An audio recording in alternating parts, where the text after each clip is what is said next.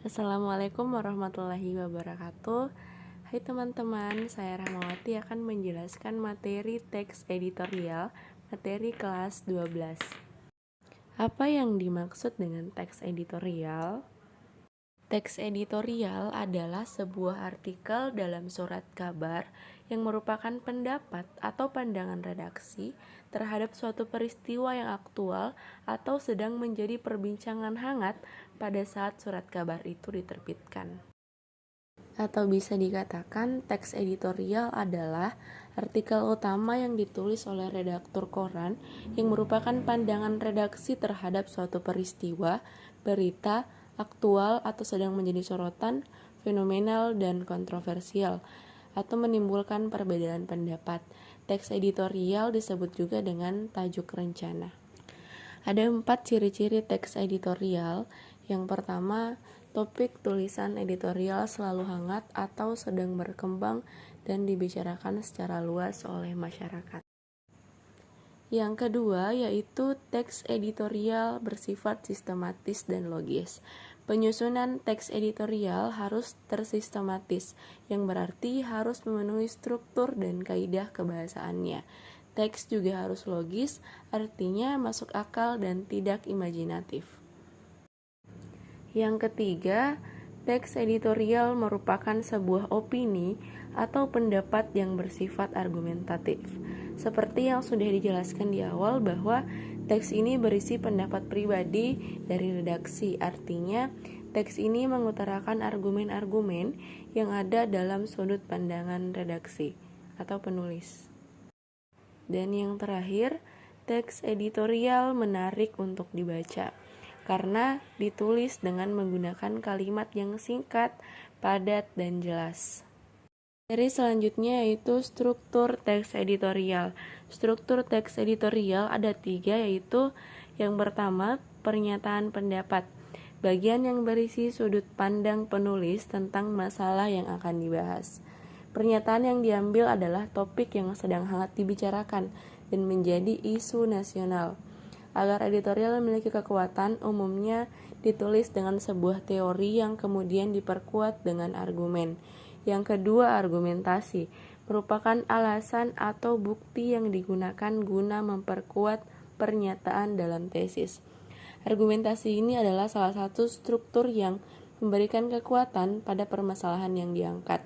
Secara teknis penyampaiannya, argumentasi akan lebih meyakinkan apabila banyak fakta yang disampaikan, akan semakin baik jika ada pendapat ahli. Dan yang terakhir, pernyataan ulang pendapat merupakan bagian yang berisi penegasan ulang pendapat yang didukung oleh fakta. Misalnya, dengan memberikan pernyataan ulang pendapat yang menegaskan bahwa bagian yang diulang adalah pesan yang penting bagi pembaca. Selanjutnya yaitu kaidah kebahasaan teks editorial. Yang pertama, adverbia merupakan kata keterangan yang ada dalam teks editorial.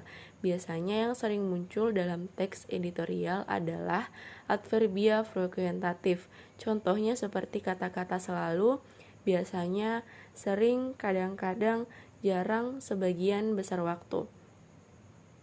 Yang kedua, konjungsi merupakan kata penghubung.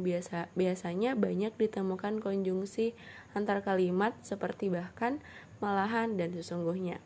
Yang ketiga, verba material merupakan kata kerja yang menunjukkan perbuatan fisik atau peristiwa. Contohnya membaca, menulis, dan memukul. Yang keempat, verba relasional merupakan kata kerja yang menunjukkan hubungan intensitas. Pengertian A adalah B dan milik mengandung pengertian A mempunyai B. Dan yang terakhir, verba mental merupakan kata kerja yang menerapkan persepsi, melihat atau merasa, afeksi, suka atau khawatir, dan kognisi, berpikir atau mengerti. Ada beberapa manfaat teks editorial. Yang pertama, memberikan informasi kepada pembaca. Yang kedua, bermanfaat untuk merangsang pemikiran pembaca. Dan yang terakhir, teks editorial terkadang mampu menggerakkan pembaca untuk bertindak. Selanjutnya, fungsi teks editorial. Yang pertama, fungsi tajuk rencana umumnya menjelaskan berita dan akibatnya pada masyarakat. Yang kedua, memberi latar belakang dari kaitan berita tersebut dengan kenyataan sosial dan latar yang mempengaruhi dengan lebih menyeluruh.